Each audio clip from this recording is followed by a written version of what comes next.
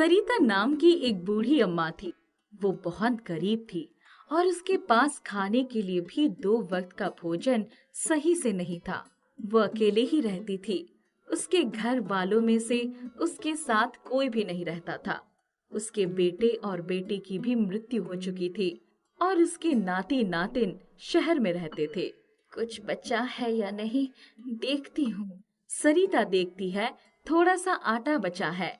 सरिता उसी आटे से 2 रोटी बनाती है। जब सरिता रोटी बनाकर खाने जा रही थी, तब उसे कौवे की आवाज आती है। आवाज सुनकर वो बाहर आती है। अरे, इसको तो बहुत गहरा चोट लग गया है। बेचारा दर्द से तड़प रहा है। सरिता उस कौवे को अपने साथ लेकर आती है और उसके पैर पर दवाई लगा देती है। लगता है ये भूखा भी है। सरिता ने जो अपने लिए 2 रोटी बनाए थे, उसमें से वो एक रोटी उसको दे देती है और वो कौवा रोटी तो खा लेता है और फिर वहाँ से चला जाता है। अगले दिन शाम में वापस उसी वक्त वो कौवा फिर आता है और चिल्लाने लगता है। लगता है फिर वही कौवा आया है। सरिता वापस से उसको अपनी रोटी में से एक रोटी दे देती है। कुछ दिनों तक यही चलता है। वो शाम को सरिता को आवाज लगाता है और सरिता उसको अपने में से एक रोटी खिला दिया करती थी। एक दिन वो कौवा सरिता से कहता है, मुझे तुमने कई बार भोजन कराया है, बताओ तुम्हें क्या चाहिए? तुम जो भी चाहोगी वो मैं तुम्हें दूंगा। मुझे बहुत कुछ नहीं चाहिए, बस इतना चाहिए कि मेरा गुजारा चल पाए और 2 वक्त का भरपेट भोजन मिल पाए। ठीक है, जैसा तुम चाहो। कौवा सरिता को उसकी जरूरत की सभी चीजें लाकर दिया करता था। एक दिन गांव में बहुत बड़ा बाढ़ आ जाता है। उस बाढ़ में सरिता की झोपड़ी भी बह जाती है। हे भगवान, ये क्या हो गया? मैं कहाँ रहूंगी, क्या खाऊंगी? 4 दिनों तक वो कौवा सरिता के पास नहीं आता है। लगातार 6 दिनों से सरिता भूखी थी। 6 दिन बाद कौवा सरिता के पास आता है।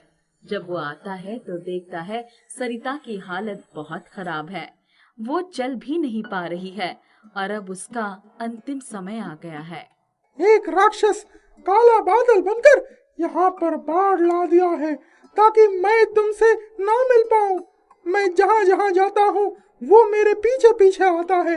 इसी वजह से मैं तुम्हारे पास नहीं आ पा रहा था। कोई बात नहीं है। बताओ तुम्हारी आखिरी इच्छा क्या है, मैं उसे पूरा करूँगा। मैं चाहती हूँ तुम मेरे नाती नातिन को यहाँ लेकर आओ, जो कि शहर में रहते हैं। मैं उन्हें एक आखिरी बार गले से लगाना चाहती हूँ। अच्छा ठीक है। कौवा अपने जादू से देखता है कि वे कहाँ हैं। सरिता के नाती नातिन जिस शहर में रहते हैं, कौवा वहाँ चला जाता है और सरिता के नाती नातिन से कहता है, तुम्हारी नानी की हालत बहुत खराब है। वो अपनी आखिरी दिन में आ चुकी है। उनकी हालत बहुत खराब हो गई है और अब वो अपनी अंतिम समय में तुम दोनों को देखना चाहती हैं। ये सुनकर नाती नातिन कौवे के साथ आने के लिए मान जाते हैं। कौवा दोनों को अपने ऊपर बिठाकर लाता है।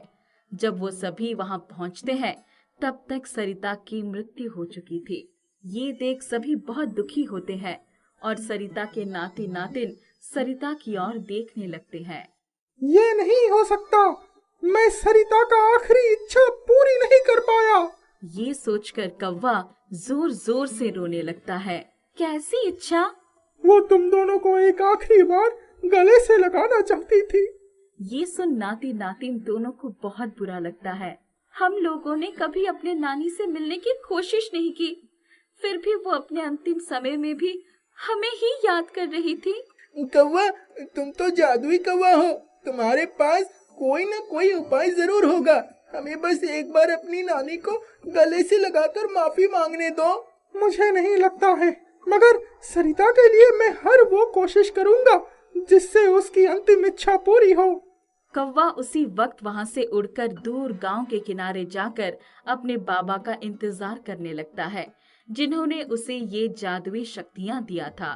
बाबा, मुझे एक मरे हुए इंसान को कुछ वक्त के लिए वापस लाना है।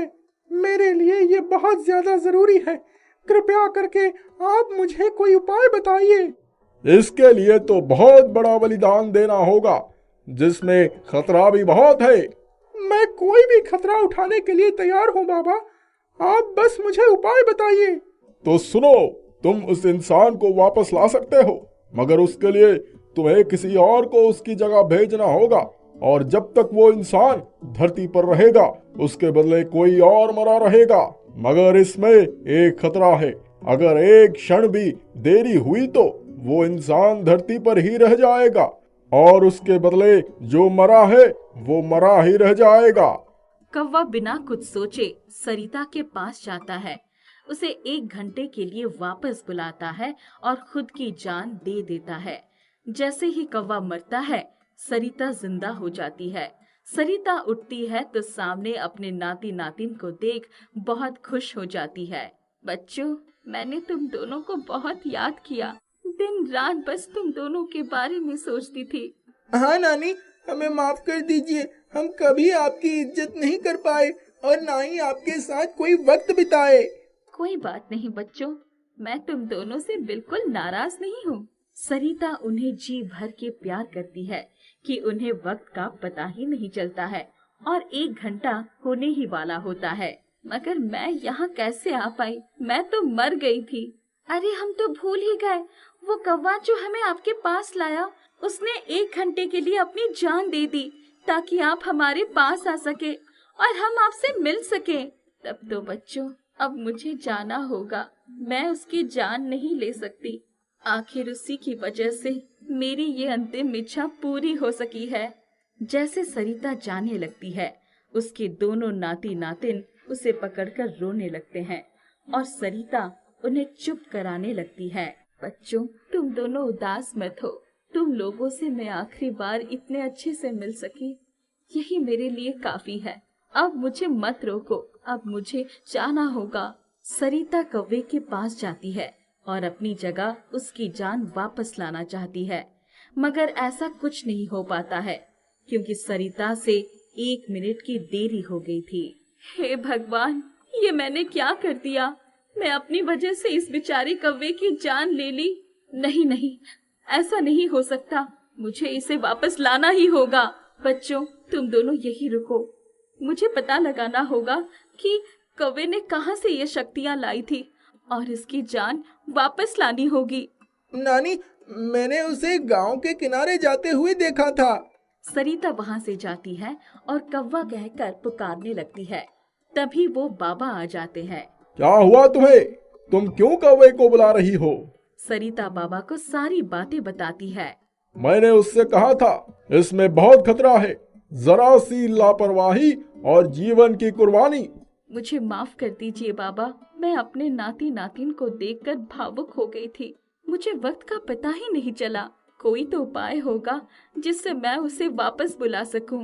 एक ही तरीका है, तुम्हें अगले 5 जन्मों तक कौवे के रूप में ही जन्म लेना होगा, और साथ ही साथ अभी तुम्हें अपने नाती नातिन के साथ जाकर उस कौवे को उस काले बादल से आजाद कराना होगा। तब जाकर तुम उसकी जगह ले सकती हो और उसे वापस बुला सकती हो। ठीक है बाबा, मुझे मंजूर है, मगर मैं उस काले बादल को उसके पीछे से भगाऊंगी कैसे? ये लो, ये त्रिशूल से तुम्हें उस राक्षस को मारना है, फिर वो यहाँ से गायब हो जाएगा। सरिता ने बड़ी हिम्मत करके अपने नाती नातिन को साथ लेकर उस राक्षस को मार दिया और फिर कौवे के पास जाकर उसे कहती है, मैंने उस राक्षस को मार दिया है, तुम अब वापस आ सकते हो। इतना कहते ही सरिता कौवे की जगह चली जाती है और वो जादुई कौवा वापस धरती पर आ जाता है। कौवा उस राक्षस के चले जाने की वजह से बहुत खुश हो जाता है और फिर खुशी खुशी सरिता के नाती नातिन को उनके घर छोड़ आता है। सरिता ये सब देख बहुत खुश होती है और वो जादुई कौवा अब सरिता के नाती नातिन को अपने जादू से मदद किया करता था। बहुत पुरानी बात है। बटुक एक गरीब किसान था। 2 साल पहले साइकिल से गिर गया था। उसके पैरों में ऐसी चोट लगी थी कि उसे बैसाखी के सहारे ही चलना पड़ता था। खेती से इतनी ही आमदनी होती थी कि खाने पीने का काम चल जाता था। पिता के मरने के बाद ही उसके बड़े भाई और भाभी चंपा ने उन्हें अलग कर दिया था। देखो शारदा, आज हमारे खेत में पहला कद्दू निकला है। मैंने सोचा घर ले चलो, इसकी सब्जी बनाकर भोग लगा देना। रात में मधु की शादी की सारी तैयारियां तो हो गई हैं। जितना पैसा था वो सब खर्च हो गए, अब कहाँ से आएगा? माँ, मुझे आगे की पढ़ाई करनी है, मुझे अभी शादी नहीं करनी। कितनी बार कह चुकी हूँ, मुझे डॉक्टर बनना है। मधु, किसी तरह से लड़के वाले राजी हुए हैं बेटी। हमारे पास इतने पैसे कहाँ हैं जो डॉक्टरी की पढ़ाई का खर्च दे सके। हम तो निपट अनपढ़ गवार ही रह गए। बिटिया पढ़ना चाहती थी, पर गरीबों को सपने पूरे करने का भी हक नहीं है। पैरों से भी लाचार हो गया, वरना इतना तो खेती से ही निकल जाता था। मैंने सोचा था कल मधु के लिए कोई गहना खरीद लूं। क्या करूं? राशन पानी, घर की रंगाई पुताई में ही कुल 2000 रुपए खर्च हो गए। जीवन भर में गहनों को तरसती रही। सोचा था अपनी मधु के साथ ऐसा नहीं होने दूंगी, पर ये गरीबी ही हम किसानों की किस्मत है। तभी दरवाजे की कुंडी खड़की। मधु ने दरवाजा खोला तो सामने उसकी ताई का बेटा राघव खड़ा था। दीदी, ये कुछ सवाल हैं, जरा समझा दोगी? अच्छा, अंदर आ जाओ। क्यों रे, जब मैं चली जाऊंगी तब किससे पूछेगा? दीदी, आखिर तुम शादी कर ही क्यों रही हो? क्या करूं भाई, मेरी तो बिल्कुल इच्छा नहीं है। चलो तुम सवाल दिखाओ। बटुक और शारदा भी तब तक आ गए। राघव को नाश्ता करवाकर शारदा सारा राशन पानी कमरे में रखने चली गई। देखो जी, 1 महीने बाद ही लगन है। कुछ पैसों का इंतजाम कहीं से हो जाता है तो सिर्फ एक गले की जंजीर ही बनवा लेना। कल बड़े भाई साहब से पूछ लूंगा, शायद बेटी की शादी के नाम पर कुछ मदद कर दें। तुम चंपा भाभी के सामने तो मांगना मत, नहीं तो वो बिल्कुल ही नहीं राजी होंगी और उनको भी मना कर देंगी। भाई साहब फिर भी हमारे परिवार का सुख दुख समझते हैं। अच्छा चलो, अब सो जाओ, सुबह जल्दी उठना भी है, बहुत काम है। रात में शारदा की आंख खुली तो उसने देखा कि कद्दू बटुक लेकर आया था। वो कद्दू लुढ़कते हुए उसकी चारपाई के पास आ गया। हैं? ये कहाँ से आ गया? मैं तो इसको कोने में रख कर आई थी। ये तो घर का कद्दू था। मैंने सोचा था सब्जी बनाकर भोग लगाऊंगी, पर ये कहाँ से आ गया? कैसे? तुमने मुझे एक कोने में क्यों रखा? मेरी सब्जी बनाकर भोग लगाने वाली थी ना। कद्दू को बोलते हुए देखकर शारदा डर गई। अरे, शादी के काम में मैं भूल ही गई। कल सबसे पहले यही काम करूंगी। कद्दू वहीं रखकर, ये तो बड़ी हैरानी वाली बात है, आज तक सब्जी पाती को बोलते हुए तो नहीं देखा था। दूसरे दिन सुबह सुबह ही नहा धोकर उसने जैसे ही कद्दू काटने के लिए उठाया, उसके हाथ से फिसलकर नीचे गिर गया और उसमें से ढेर सारा सोना निकलकर बिखर गया। देख क्या रही हो शारदा, जल्दी से सारा सोना उठा लो और बिटिया को जितना भी गहना बनवाने का सोचा था बनवा लो। सब्जी बनाकर भोग लगा दो और बीज अपने आंगन में कहीं बो देना। शारदा ठगी सी खड़ी थी, फिर एकाएक उसे होश आया। उसने झट से सारा सोना उठाकर संदूक में रख दिया और सब्जी बनाकर भोग लगाने चली गई। हे दीनबंधु, जैसे आपने मेरी लाज रख ली वैसे ही सबकी रखना। सुनो जी, भाई साहब के यहाँ जाने की जरूरत नहीं है, हमारी जरूरत पूरी हो गई है। क्या कहती हो? शारदा ने बटुक से सारी बातें बता दी। बटुक के चेहरे पर खुशी आ गई। उसी दिन दोपहर को मधु को लेकर सुनार की दुकान पर जाने के लिए सोचा। मधु, जल्दी से तैयार हो जाओ, चलो सुनार के यहाँ से कुछ बनवा लाते हैं। दोनों सुनार के यहाँ से ढेर सारे गहने बनवा कर ले आए। शारदा ने कुछ सोना बेचा और उसका पैसा ले लिया। अपने लिए भी सोने की चूड़ियाँ, चेन और झुमके खरीद लिए। इतने गहने देखकर भी उसको कोई खुशी नहीं थी। उसकी तो एक ही रट थी कि अभी मुझे शादी नहीं करनी है। दूसरे दिन सुबह सुबह, अरे शारदा, तुमने कल ही तो बीज लगाया था ना? ये देखो, आंगन में कितने बड़े बड़े कद्दू लगे हैं। एक तोड़ लो, भोग लगा लेंगे।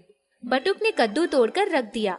शारदा नहाने गई, वहाँ से आई तो कद्दू काटने बैठी, पर जैसे ही कद्दू काटा उसमें पहले की तरह ढेर सारा सोना निकला। उनकी खुशी का ठिकाना नहीं था। मैं कह रही थी कि अब हमारे पास बहुत सोना है, ये शादी रोक क्यों नहीं देते? मधु को पढ़ने का इतना मन था, पर पैसे के अभाव में हमने उसकी पढ़ाई भी छुड़वा दी। अगर डॉक्टर बन गई तो उसकी किस्मत चमक जाएगी। हमारी तरह से गरीबी की मार तो नहीं झेलनी पड़ेगी।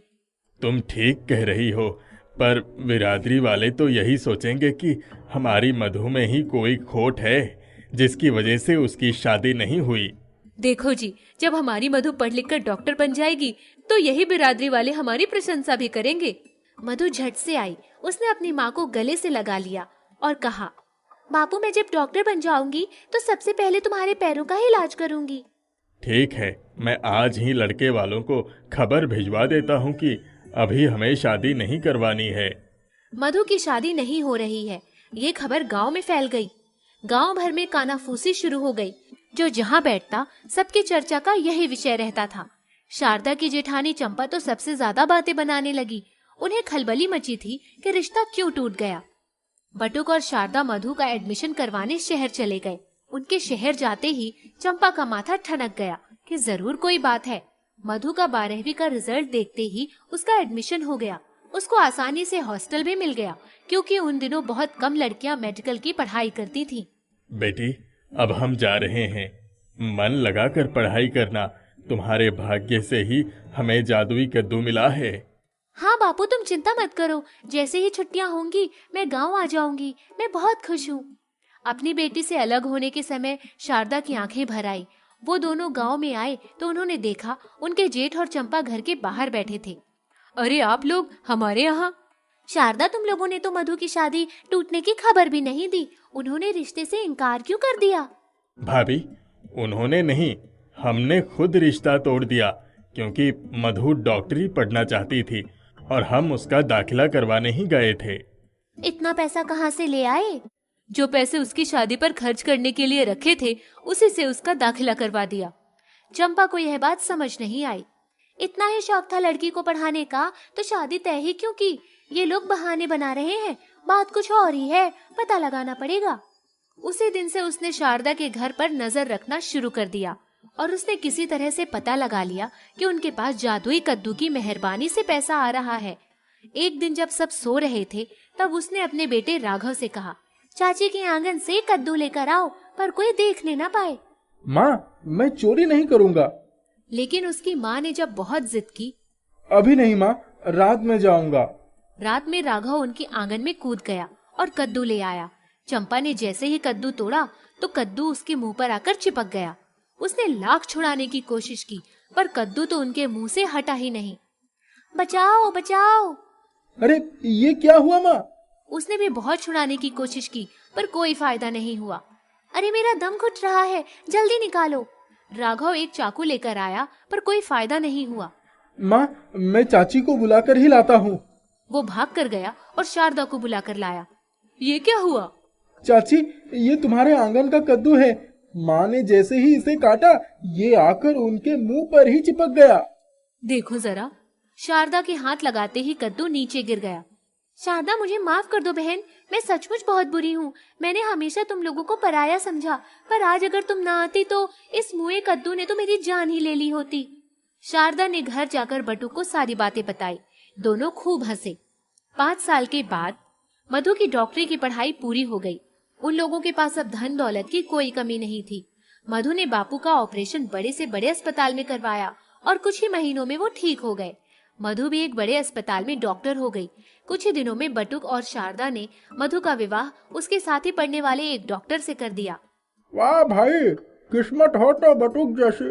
यहाँ तो कोसों तक के गांव में कोई अपनी लड़की को डॉक्टर नहीं बना पाया।